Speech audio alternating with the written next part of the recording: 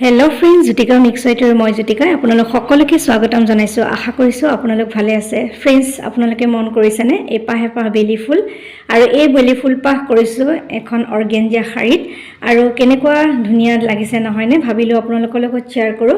আজি ভিডিঅ'টো লৈ আহিছোঁ ছানফ্লাৱাৰ এই ডিজাইনটো অৰ্গেঞ্জাত কেনেকৈ কৰিব পাৰি সহজতে আৰু কম সময়তে, খুব ধুনীয়া এটা ডিজাইন। ভাবিলোঁ আপোনালোকৰ লগত শ্বেয়াৰ কৰোঁ, আৰু আহক ফ্ৰেণ্ডছ ভিডিঅ'টোৰ মাজলৈ যাওঁ মই কেনেকৈ ডিজাইনটো কৰিলোঁ। ফ্ৰেণ্ডছ, প্ৰথমতে মই এখন অৰ্গেঞ্জা লৈ লৈছিলোঁ আৰু এনেকৈ সৰু সৰুকৈ এপাহ এপাহ বেলি ফুল কৰি এই শাড়ীখন কমপ্লিট কৰিম। অৱশ্যে কমপ্লিট হোৱা নাই, অলপমান ফুল কৰিছোঁ আৰু বাকী আছে, আৰু কেনেকৈ কৰিছোঁ ভাবিলোঁ আপোনালোকৰ লগত শ্বেয়াৰ কৰোঁ। বহুতে হয়তো জানে, যিসকল বিগিনাৰ্ছ হয় তেওঁলোকৰ বাবে আচলতে ভিডিঅ'টো লৈ আহিছোঁ। একে ইজি মেথডত এক্ৰিলিকৰ কালাৰ ইউজ কৰিছোঁ। ইয়াতে কোনো ধৰণৰ বেলেগ একো ইউজ কৰা নাই। এডাল মিহি ব্ৰাছৰ সহায়ত খুব কম সময়তে হ'ব পৰাকৈ এই ডিজাইনটো কৰিলোঁ। নিশ্চয় আপোনালোকৰ ভাল লাগিছে। শাড়ীখন যেতিয়া সম্পূৰ্ণ হ'ব ভাল লাগিব নহয়নে। চাদৰো কৰি ল'ব পাৰে আপোনালোকে। অৰ্গেঞ্জাত কাম কৰিবলৈ এয়া কেইবাটাও ফ্ৰেম মই লগাই লৈ বেলি ফুল কিপাহৰ দাগ দি লৈছিলোঁ, মানে আঁকি লৈছিলোঁ বেলি ফুল কিপাহ, আৰু কেইবাটাও ফ্ৰেম লগাই ল'লে সহজ হয় যিহেতু পিছল কাপোৰখন, আৰু লৈছিলোঁ 3D এডাল আউটলাইনাৰ। প্ৰথমতে ফ্ৰেণ্ডছ অৰ্গেঞ্জাখন মানে ফ্ৰেমত লগাই পেলাই এই 3D আউটলাইনাৰডালেৰে প্ৰথমতে মই ফুলৰ ডিজাইনটো দি লৈছিলোঁ, আৰু ইয়াৰ ভিতৰত যেতিয়া কালাৰ কৰিছিলোঁ তেতিয়া বাহিৰলৈ কালাৰখিনি ওলাই যোৱা নাছিল। এই বেলি ফুল পাহকে লৈছিলোঁ আৰু ফ্ৰেমত ধুনীয়াকৈ টাইট কৰি লৈছিলোঁ। লৈ প্ৰথমতে 3D আউটলাইনাৰ সোণালী ৰঙৰ এই কালাৰটোৱে ধুনীয়াকৈ বেলি ফুলৰ শ্বেপটো দি লৈছিলোঁ, পাতৰ শ্বেপটোও দি লৈছোঁ। এতিয়া একেবাৰে সহজ হৈ গ'ল কৰিবলৈ। ইয়াতে এডাল মিহি ব্ৰাছৰ সহায়ত, ব্ৰাছডাল আপোনালোকৰ কথা, আপোনালোকে কেনেকুৱা ধৰণৰ ল'ব পাৰে, কামৰ সুবিধা অনুসৰি আপোনালোকে মিহি বা ডাঙৰ যিকোনো ব্ৰাছেই ল'ব পাৰে, ইয়াত কোনো ধৰণৰ কথা নাই। মই ইয়াতে এডাল মিহি ব্ৰাছেই লৈছিলোঁ, আৰু অৰ্গেঞ্জাখন এনেকৈ টাইট কৰি ল'লে কাম কৰিবলৈ খুব ভাল হয়। সেইকাৰণে মই এয়া ফুলপাহ প্ৰথমতে 3D আউটলাইনেৰে আঁকি ল'লোঁ। আঁকি লোৱাৰ পিছত এনেকৈ মানে ফ্ৰেমত ভৰাই লৈ 3D আউটলাইনেৰে আউটলাইন কৰি ল'লোঁ। কৰাৰ পিছত ইয়াতে কালাৰ কৰিম। কালাৰ এক্ৰিলিকৰ কালাৰে কৰিম। আপোনালোকে দেখিয়ে থাকে মই এক্ৰিলিকৰ কালাৰবোৰে ইউজ কৰোঁ, আৰু ইয়াতো এক্ৰিলিকৰ কালাৰে ইউজ কৰিম। এইখন আপোনালোকে শাড়ীও কৰিব পাৰে বা চাদৰ মেখেলা কৰিও পিন্ধিব পাৰে। মেখেলাখন যদি বেলেগ মানে হেণ্ডমেড মিক্স পাটৰ দি চাদৰখন এনেকুৱা কৰি পেলাইও ডিজাইন দিব পাৰে। আৰু মই এনেকৈ চাদৰখন মানে চাদৰ হিচাপে মই কৰিম। অৱশ্যে শাড়ী বুলি কৈছোঁ যদিও আচলতে কিনোতে অৰ্গেঞ্জা শাড়ীয়ে কিনিছিলোঁ, আৰু দুখন চাদৰ, এখন আগতে আপোনালোকক ডিজাইন কৰি দেখুৱাইছোঁ, এইখন আজি আকৌ নতুনকৈ ভাবিছোঁ ছানফ্লাৱাৰ কৰি দেখুৱাওঁ।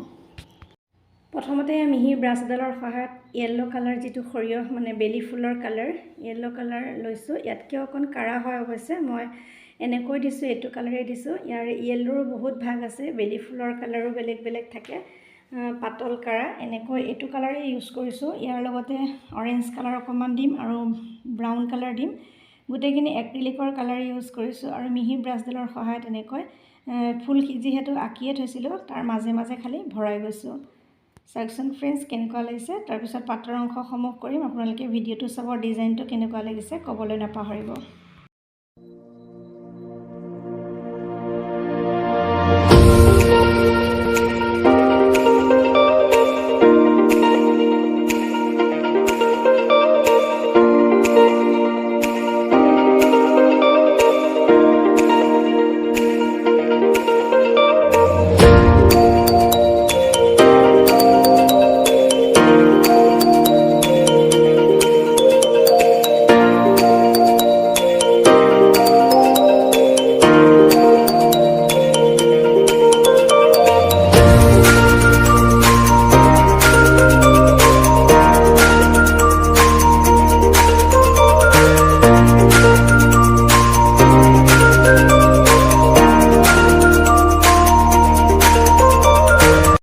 বেলি ফুলৰ যিখিনি মাজৰ অংশ হালধীয়া ৰংটো দি দিয়া হ'ল। দিয়াৰ পিছত মাজত যিটো অংশ দিছোঁ তাতে ব্ৰাউন কালাৰ আৰু এইটো অৰেঞ্জ কালাৰ লৈছোঁ। এক্ৰিলিকৰ কালাৰেই হয় কেমেলৰ, আৰু এই কালাৰটো এয়া ব্ৰাউনো লৈছোঁ মাজত, আৰু ব্ৰাউনে এনেকৈ ডট ডট দি দিছোঁ। মাজত অলপ ডিপ হয়, আপোনালোকে ব্লেক কালাৰো দিব পাৰে, মই ব্লেক কালাৰ ইউজ কৰা নাই। আৰু অকণ অকণ ফুলৰ পাহিবিলাকত অকণ অকণ ছেডিং কৰি দিছোঁ এই ব্ৰাছডালৰ সহায়ত, আৰু মাজত এনেকৈ ডট ডট কৰি দিছোঁ, আৰু এয়া অকণ অকণ ছেডিং কৰি দিছোঁ, তেতিয়া উজ্জ্বল হৈ উঠিছে।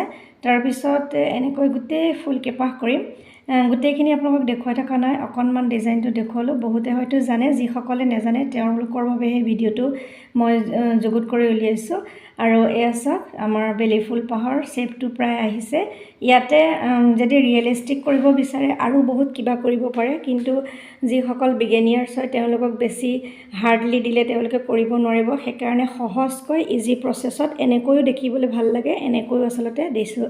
কেতিয়াবা আপোনালোকক মই দেখুৱাম কেনেকৈ ৰিয়েলিষ্টিক মানে আৰু মানে উজ্জ্বল আৰু একে হুবহু ফুলৰ নিচিনা হ'ব পাৰে, তেনেকুৱাও ডিজাইন কৰি দেখুৱাব পাৰি।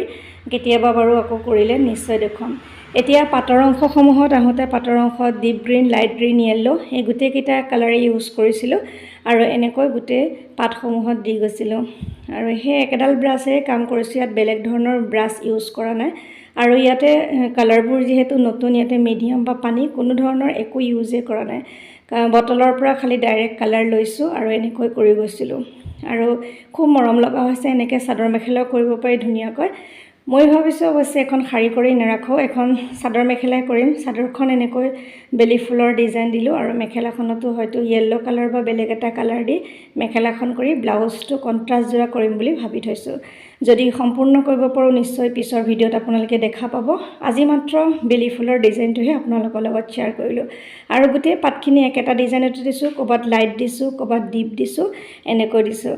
আপোনালোকৰ লগত বিভিন্ন ধৰণৰ ডিজাইনসমূহ মই শ্বেয়াৰ কৰি আহি আছোঁ। আপোনালোকে অৱশ্যে ভাল পাইছে বা মৰম দিছে আৰু চেনেলটো আগুৱাই নিব বুলি আশা কৰিছোঁ। আৰু লেচৰ ধুনীয়া ধুনীয়া ডিজাইনৰ কাপোৰসমূহ আপোনালোকক দেখুৱাই আহিছোঁ। ইমান দিনে চাই আছে, আগবঢ়াই নিছে আৰু আগবঢ়াই নিব আৰু মৰম দিব। ফ্ৰেণ্ডছ, এনেকৈ গোটেই পাতসমূহ চাওকচোন, ক'ৰবাত বেছি ডিপ, ক'ৰবাত বেছি লাইট, এনেকৈ দি পেলাই উজ্জ্বল কৰিছোঁ। আৰু এই ডিজাইনটোতে মানে ফ্ৰেমত কৰিলে খুব ভাল হয়, যিহেতু অৰ্গেঞ্জাখন পিছল হয় আৰু সেইকাৰণে এনেকৈ অলপ লাইট মানে টাইট কৰি ল'লে বেছি ভাল হয়। যদি ফ্ৰেম নাথাকে তেতিয়াহ'লে বেলেগ কিহবাত বান্ধি লৈও কৰিব পাৰে। আৰু এনেকৈ অকণ অকণ হোৱাইট টাচ দিছিলোঁ, ছাইডত এয়া অকণ অকণ দি দিছোঁ, য়েল্লো আৰু হোৱাইট দিও মিলাই দিছোঁ। এতিয়া ফুলপাহ হৈ গ'ল আৰু কেইবাপাহো ফুল কৰিছোঁ। আপোনালোকে চাওক কেনেকুৱা লাগে, গোটেইখন হ'লেতো খুবেই ভাল লাগিব নহয়নে? ইয়াত মই 6-7 পাহমান ফুল কৰিলোঁ, ভাবিলোঁ আপোনালোকৰ লগত শ্বেয়াৰ কৰোঁ। আপোনালোকে ডিজাইনটো কেনে পাইছে ধুনীয়া কমেণ্ট এটা কৰি ক'বলৈ নাপাহৰিব। ইমান সময় মোৰ ভিডিঅ'টো চাই থকাৰ বাবে অশেষ ধন্যবাদ জনাইছোঁ ফ্ৰেণ্ডছ। আপোনালোকে এই চাদৰ মেখেলাযোৰত মেখেলা কি ৰঙৰ দিলে বা ব্লাউজ কি ৰঙৰ দিলে দেখিবলৈ ভাল লাগিব, কমেণ্ট কৰিবচোন। আৰু ক'ৰ পৰা চাই আছে আপোনালোকে জনাব, মোৰো ভাল লাগিব। আপোনালোকৰ ধুনীয়া ধুনীয়া কমেণ্টসমূহে আমাক প্ৰেৰণা যোগায়, উৎসাহ যোগায়। সদায় কওঁ আৰু কৈয়ে থাকোঁ, ভাল লাগে আপোনালোকৰ ইমান বহুমূলীয়া সময়সমূহ আমাৰ ভিডিঅ'ত এনেকৈ চাই পেলাই আগ্ৰহ দিয়ে, উৎসাহ দিয়ে।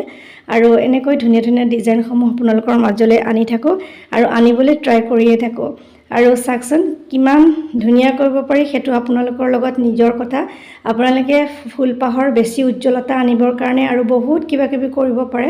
ইয়াতে মই অকণ অকণ আকৌ হোৱাইট কালাৰ টাচ দিছোঁ, কোনোবাটো কাঢ়া কোনোবাটো পাতল, এনেকৈ দি দিয়াৰ কাৰণে ফুলপাহ বেছি মৰম লগা হৈছে আৰু খুব ধুনীয়া হৈ পৰিছে ডিজাইনটো।